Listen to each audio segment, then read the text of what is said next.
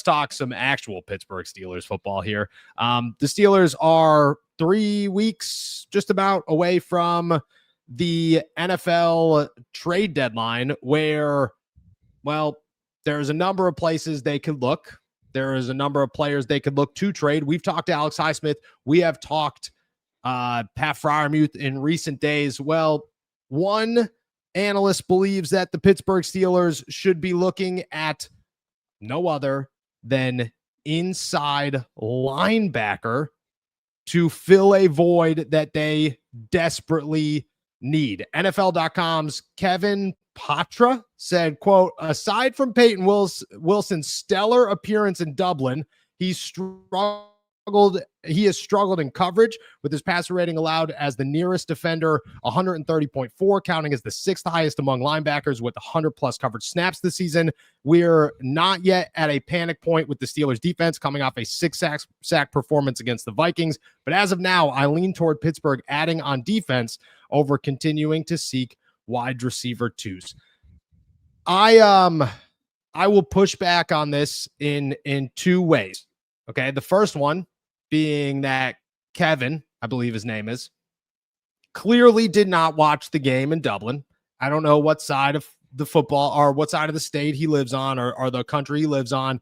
If it's the West Coast, it's a little early. I don't blame him for not being awake at 6:30 in the morning to catch a football game between the Pittsburgh Steelers and the Minnesota Vikings, but the guy didn't watch it at all. He's got zero idea how good the Pittsburgh Steelers defense is. He said 6 sacks. Yeah, that's a good stat. I could run with that one. That's the only information he has on any performance whatsoever. And I'm sorry, but Payton Wilson's stellar performance in Dublin, if there was anybody who didn't have a stellar performance outside of chasing down Jordan Addison in what was the most athletic feat I have seen since DK Metcalf ran down Budda Baker, there was no other crazy moment of Payton Wilson. You want to know who had a stellar performance?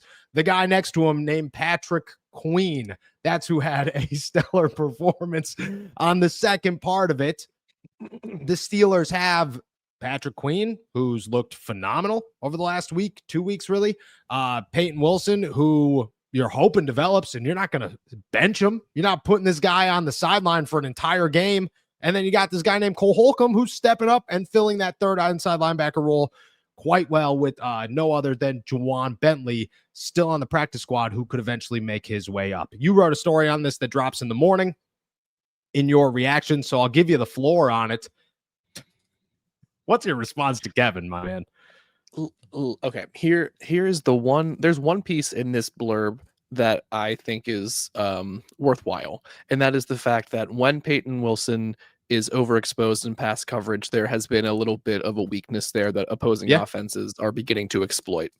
Agreed. That being said, what I feel and you know what I wrote about is that the solution to that is, one, not giving up assets to go outside of the organization to bring someone else in.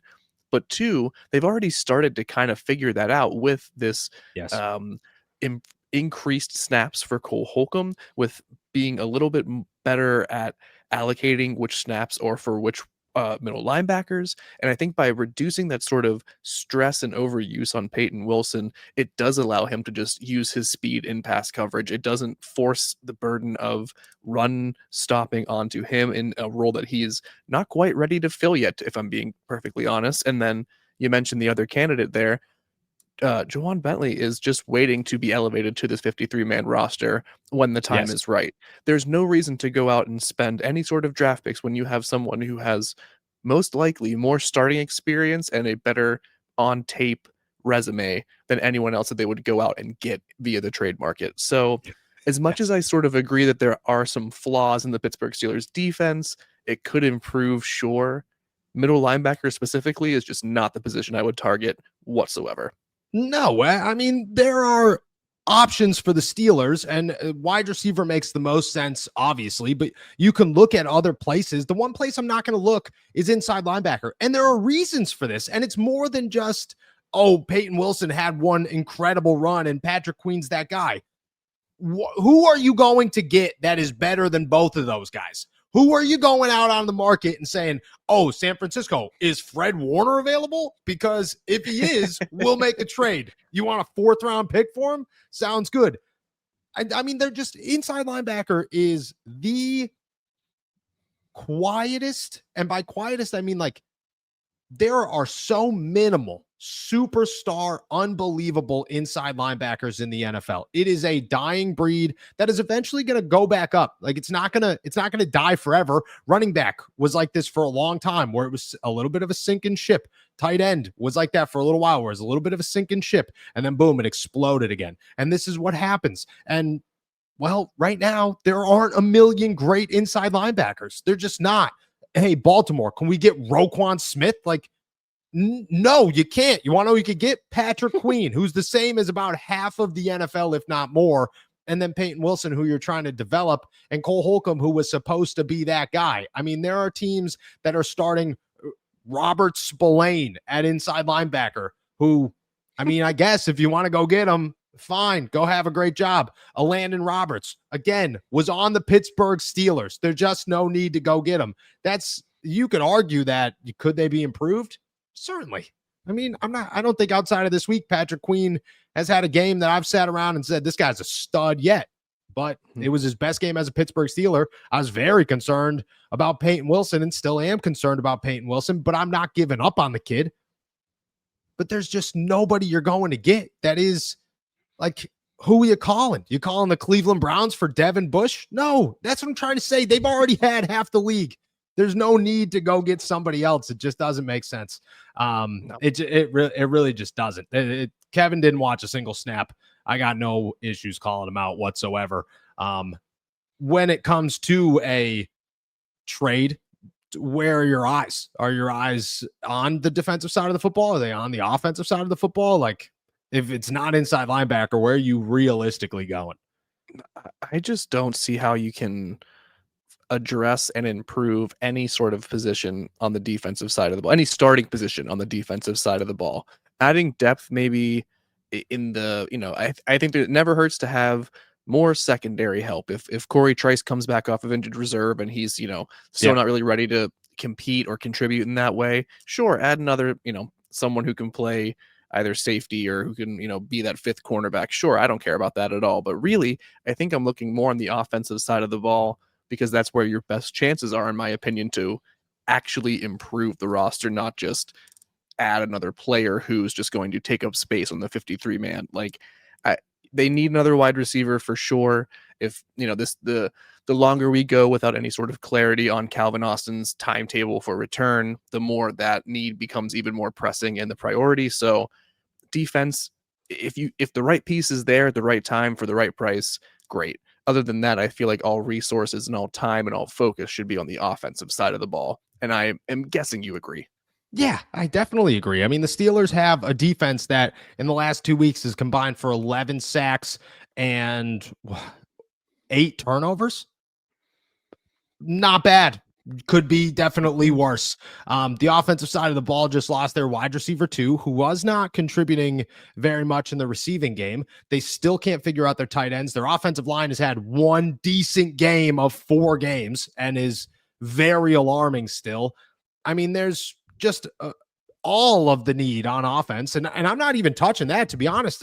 My next question for you is real simple. Like, do you think the Steelers even make a trade between now and the deadline? Do you think the Steelers are a team that are more likely to move or to sit in the next 3 weeks? I think they're more likely to sit.